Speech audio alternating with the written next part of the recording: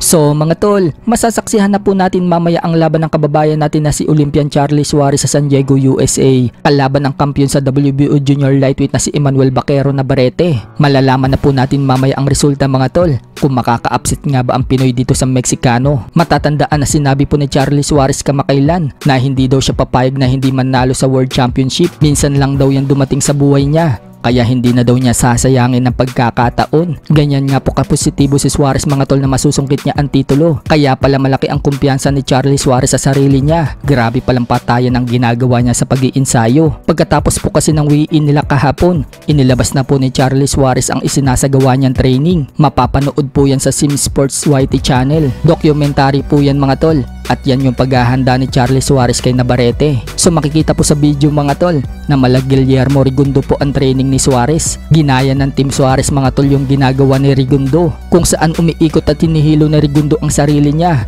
Pagkatapos umikot, nagsha-shadow boxing pa. Ganyan nga din po ang ginawa ni Suarez mga tol.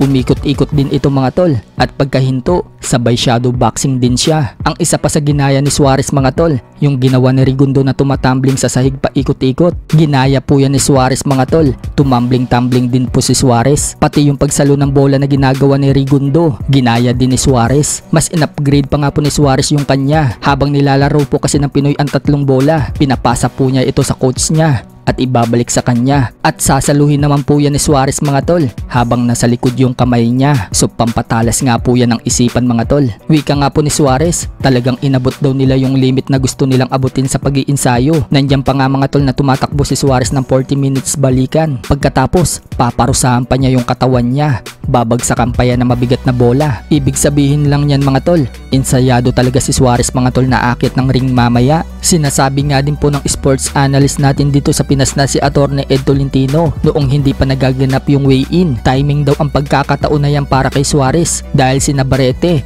hirap na daw kunin ang timbang sa super featherweight. At hindi nga po nagkamali si Atty. Ed Tolentino dahil noong weigh-in kahapon, nag-overweight si Navarrete ng 2 beses. Pero kalaunan, nakuha naman po ni Navarrete ang tamang timbang noong bigyan ito ng 2 oras. Dahil dyan mga tol, drain itong si Navarrete. At yan na ang tsansa ni Suarez para talunin itong si Navarrete. Marami ang nagsasabi mga tol na kayang-kaya daw ipanalo ni Suarez ang laban na yan via decision. Pero may mga nagsasabi mga tol na hindi din daw madaling talunin itong si Navarrete. At si Navarrete pa rin daw ang mananalo sa laban na yan. So tingnan na lang po natin mamaya mga tol kung ano ang kalalabasan. Ipanalangin na lang po natin na masungkit ni Suarez ang World Championship belt. Ginudlak naman po si Suarez mga tol na mga kapwa niya atleta na sina Olympic gold medalist Heidelin Diaz, Summer Olympic silver medalist Nesty Petesio, IBA Youth World Boxing Champion Pete Laurente, at si Olympic gold medalist Carlo Paalam, pati na din po ang national team boxing coach, maging ang mga Philippine Army. Ginudlak po si Suarez. Sinabi nila mga tol na kayang-kaya umano ni Suarez na manalo sa laban na yan.